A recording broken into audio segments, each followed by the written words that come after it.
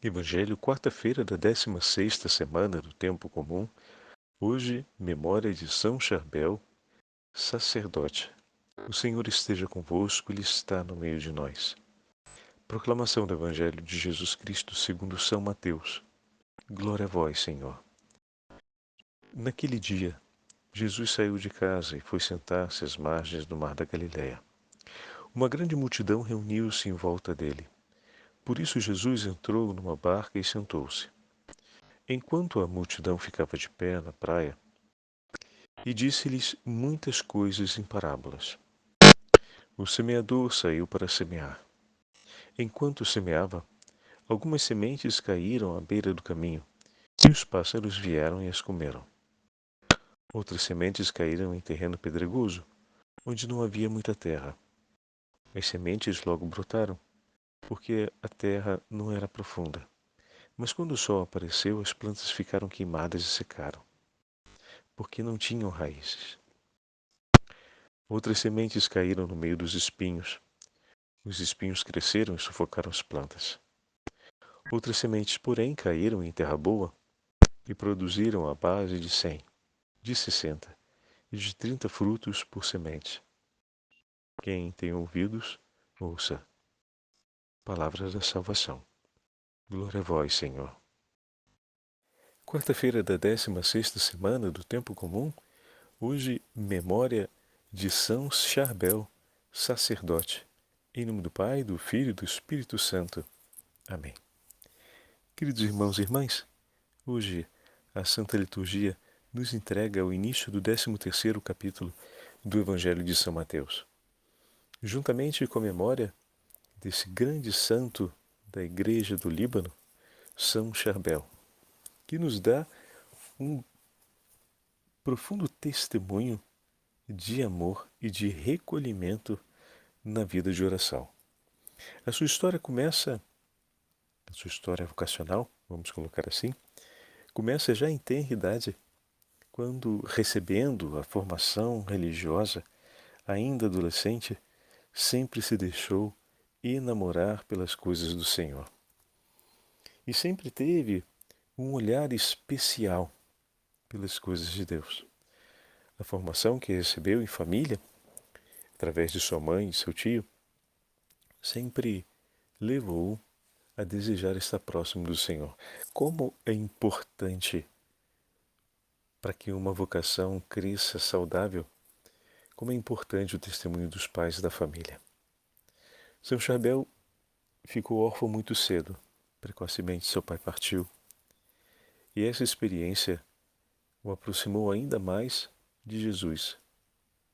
Quando era criança e pastoreava as ovelhas, tinha uma pequenina gruta, que era chamada Gruta do Santo, em que ele procurava se refugiar para meditar sobre a vida de Jesus e sobre a paixão de Jesus.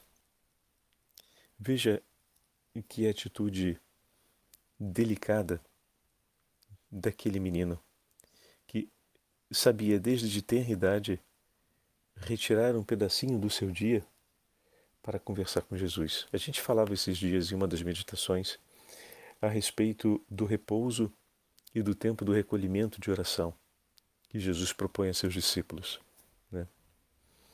E agora conseguimos observar um testemunho da vida desse santo eremita, desse santo monge, que já em tenra idade, esses dois espaços na sua vida eram preservados. E olha como o Senhor pôde edificar na sua história de vida um grande sinal do seu amor para o mundo inteiro, através da custódia amorosa daqueles dois espaços que o Senhor sempre propôs para a gente, como sendo dois espaços importantes na nossa vida. O recolhimento na companhia de Deus e o repouso que nos dá a oportunidade de estreitarmos os laços que no cotidiano nos acompanham. Bom, mais tarde, aos 23 anos de idade, mesmo sua tia, seu tio e sua mãe tendo sido grandes promotores da vida religiosa do jovem precisavam, pelas necessidades, que ele pudesse continuar ajudando a família no cuidado do campo e nos afazeres do trabalho cotidiano. Então, Charbel, naquele momento, foge para dar prosseguimento ao seu chamado à vida religiosa.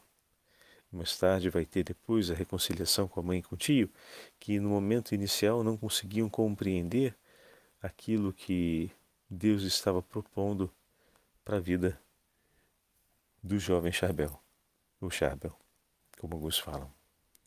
E dessa forma começa o seu percurso que vai levá-lo à ordenação sacerdotal, posteriormente vai levar a vida monástica, e mais adiante ele vai pedir a autorização para poder viver no eremitério, ou seja, viver no isolamento completo, no recolhimento na presença do Senhor. E assim o faz e viverá por um significativo período de sua vida. E ali, muitas pessoas seguirão até o lugar onde ele se encontra para pedir àquele monge que tem uma grande intimidade com Deus a possibilidade de serem orientadas, ou seja, a direção espiritual e o aconselhamento para as questões da vida cotidiana. O monge eremita é chamado a viver unido a Cristo crucificado. Então o eremitério, que é um lugar de grande exigência, tem por finalidade unir o coração do monge a uma intimidade estreita com o Senhor crucificado. São Charbel passava horas em adoração ao Santíssimo Sacramento e tinha um amor particular pela presença de Jesus na Santa Eucaristia. Acontece que um dia, durante a celebração da Santa Missa, ele tem um mal súbito, vamos dizer assim, um problema de saúde durante a consagração mesmo, e daquele dia em diante, era o dia 16 de dezembro, ele permanece gravemente adoecido e no dia 24 de dezembro, na noite de Natal, ele é o início do Natal, ele vai falecer. E assim, sua memória posteriormente passa a ser celebrada no mês de julho, mas o dia do seu trânsito acontece dia 24 de dezembro. Bom, temos aqui um testemunho vivo daquele que, de fato, foi terra boa para a semente do Senhor. Aquele onde o semeador lançou a semente e ela criou raízes fortes e gerou 100 frutos por grão. Bendito seja Deus, meus irmãos e minhas irmãs, porque olhando a história desse santo monge, podemos ver com clareza como o Senhor cuida de cada um de nós enquanto terra santificada por suas mãos, santificada pelo seu trabalho, santificada pelo seu sangue, a fim de que possa frutificar para os tesouros de Deus. Bendito seja o nome do Senhor, porque como agricultor, ele não apenas leva as sementes para serem lançadas, mas ele se preocupa em lançá-las em uma terra boa. Bendito o nome do Senhor, porque nos prepara cotidianamente, através da sua palavra, através dos sacramentos, através da vida e da vitalidade da igreja, a fim de que o nosso coração possa ser, sim, uma terra fértil para receber a sua palavra e para que ela possa gerar muitos frutos. Lendo um pouco em preparação à meditação de hoje, encontrei esse texto de São João Crisóstomo, que vai falar sobre o semeador e chama a atenção para a atitude do semeador.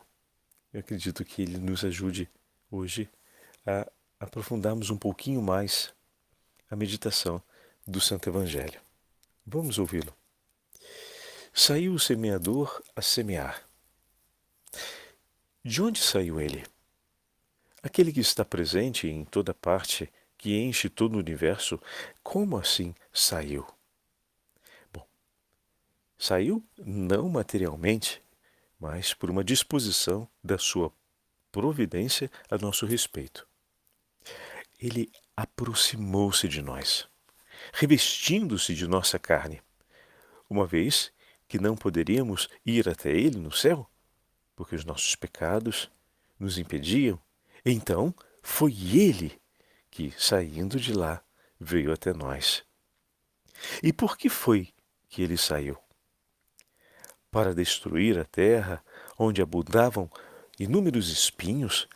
Para castigar os cultivadores dessa terra? Não, de modo algum, meus irmãos. Ele veio para cultivar essa terra, para tratar dela e nela semear a palavra da santidade. Porque a semente de que fala é, na verdade, a sua doutrina. O campo é a alma do homem e o semeador, como já o sabemos, é ele próprio. Muito bonita essa imagem de São João Crisóstomo, que começa da expressão saiu o semeador a semear. E ele vai falar sobre o mistério da encarnação, sobre o Senhor que vem do céu, se faz homem, vem habitar no meio de nós, não para destruir a terra cheia de espinhos, mas para cuidar dela.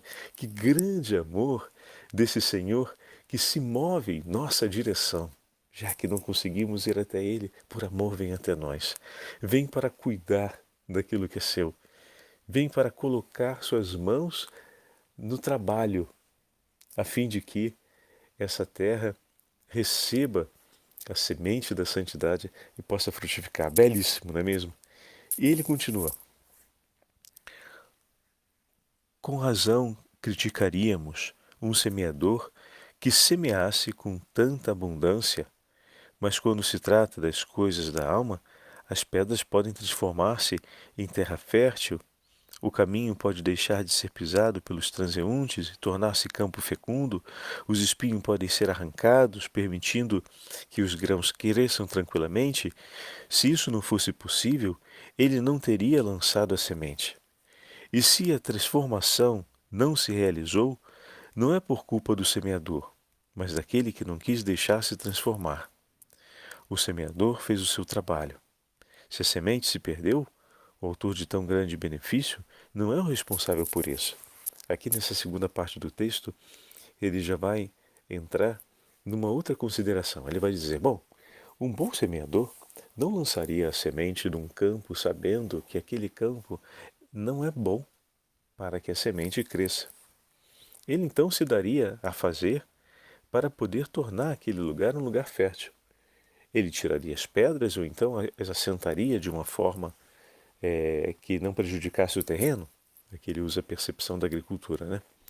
Ele arrancaria os espinhos, ele faria com que aquela terra fosse mais profunda, a fim de que as sementes pudessem, de fato, germinar. Mas, se por acaso acontecesse das sementes não germinarem, que não venha a haver um equívoco da nossa parte em acreditar que foi uma incompetência ou um trabalho mal feito do agricultor, porque esse divino agricultor trabalha sempre com esmero e com profunda perfeição. Os seus benefícios não são de modo algum insuficientes para o bem da alma, ou seja, para o bem da terra que ele cuida. O que acontece é que muitas vezes aquela terra ou aquela realidade não se deixa cuidar tão bem assim. E os benefícios são dispensados em favor, mas não são levados a bom termo. Não porque não queira o agricultor, mas porque a terra não se deixa cuidar. É uma imagem também importante de considerarmos, porque é verdade, o agricultor ama de tal forma o que faz e ama tanto essa terra que ele cuida, que ele seria incapaz de deixá-la inculta, de deixá-la sem o justo cuidado a fim de que a semente possa germinar. Depois, nessa terceira parte do texto, São João Crisóstomo diz assim: Note bem, caríssimo irmão, que há várias maneiras de deixar perder a semente. Uma coisa é deixar a semente da palavra de Deus secar sem tribulações e sem cuidados. Outra é vê-la sucumbir sob o choque das tentações. Para que tal não nos aconteça, gravemos a palavra na nossa memória com ardor e serenidade. Assim, por muito que o diabo arranque a nossa volta, teremos força para evitar que ele arranque o que quer que seja dentro de nós. Essa terceira parte, falando sobre a semente que é a palavra, São João Crisóstomo nos dá uma orientação prática, ou uma orientação pastoral, ou uma orientação de vida muito significativa. A semente se perde. Se a semente é a palavra, ela não pode se perder. Mas ele fala, bom, no texto se vê que a semente se perde de muitas formas. Qual é o modo da semente não se perder? Se ela for gravada imediatamente na nossa memória, com ardor e serenidade. O que significa dizer que a palavra de Deus nos foi entregue para ser guardada, para que nós possamos nos tornar tabernáculos vivos dessa palavra, ou cartas escritas com sangue, como vai dizer São Paulo, uma imagem muito bonita. A palavra nos foi entregue para que ela seja impressa no íntimo da nossa alma. Isso está diretamente relacionado à espiritualidade oriental, que se baseava, sobretudo, na recitação da palavra de Deus, que hoje nós fazemos através da liturgia das horas. Na igreja permanece esse exercício espiritual entregue aos sacerdotes, a todos os batizados, os consagrados também, a fim de que a palavra permaneça viva, gravada no íntimo da nossa alma e não venha a ser esquecida. Essa é de uma beleza enorme. Esse ensinamento é de uma beleza enorme para nós, porque a palavra de Deus nos foi entregue na imagem do Antigo Testamento. Vemos o rolo da palavra de Deus que é devorado. Assim é a imagem do rolinho que é entregue ao profeta e ele devora e a sente doce nos lábios e depois amarga, porque ela depura o íntimo da nossa alma, né? Porém, a característica desse vínculo com a palavra de Deus, a primeira característica desse vínculo com a palavra de Deus é escutá-la e imprimi-la no coração. Fazer com que ela esteja impressa em nós, gravada na nossa alma. Olha como é importante o exercício de meditar cotidianamente a palavra de Deus e de termos uma assídua leitura e contato com a palavra. São João Crisóstomo vai dizer que, bom, se tomarmos essa atitude, se assim fizermos, o inimigo pode vir tentar tacar fogo em tudo, arrancar que seja. Ele vai arrancar o que está fora, porque muitas vezes, como uma tempestade, o inimigo se precipita contra nós, mas não arrancará do íntimo da nossa alma. Porque na medida em que essa palavra se torna gravada ali, se torna impressa na nossa alma, ela permanece. E o inimigo não tem mais o poder de arrancá-la. De fato, quando nós pensamos em tomar conta do que é importante para nós, a gente procura colocar no lugar mais seguro, a fim de que não haja um dano por conta de terceiros que, na sua maldade, venham tentar usurpar aquilo que é valioso. E aí São João Crisóstomo diz para a gente, bom, o lugar mais reservado e mais seguro onde você pode guardar a palavra de Deus não é só nos seus ouvidos, mas é impressa no seu coração, o que significa dizer que para chegar até o coração, né, como nós sabemos, ela já se tornou uma prática de vida. Mas uma vez que ela está ali, que ela foi ouvida e depois foi escolhida para si, e modelou as suas decisões, modelou o seu modo de pensar, né? Passou agora a ser o vigor da sua vida, ela está no lugar certo, no lugar para qual ela veio. Ela veio para estar ali. E a partir daquele momento, nós somos guardados por essa palavra. Não é o nosso coração que é forte o suficiente para que ela não seja arrancada. É ela que, estando no lugar certo, rende o nosso coração de tal forma forte que ela mesma nos protege dos ataques do inimigo. Porque é Cristo que é a nossa vida, é Ele que nos defende, é Ele que nos inspira, é Ele que nos conduz. Lembram a celebração de Santa Maria Madalena? Era o Senhor mesmo que a inspirava interiormente a procurá-lo exteriormente. Que a palavra de Deus, alicerçada e impressa na nossa alma, nos inspire sempre mais a buscar a Deus e a estar em profunda e íntima comunhão com Ele. O Senhor esteja convosco, Ele está no meio de nós. Pela intercessão da Imaculada Virgem Maria e São José, abençoe-vos o Deus Todo-Poderoso, Pai, Filho e Espírito Santo. Amém. São Charbel e todos os santos eremitas do Senhor, rogai por nós.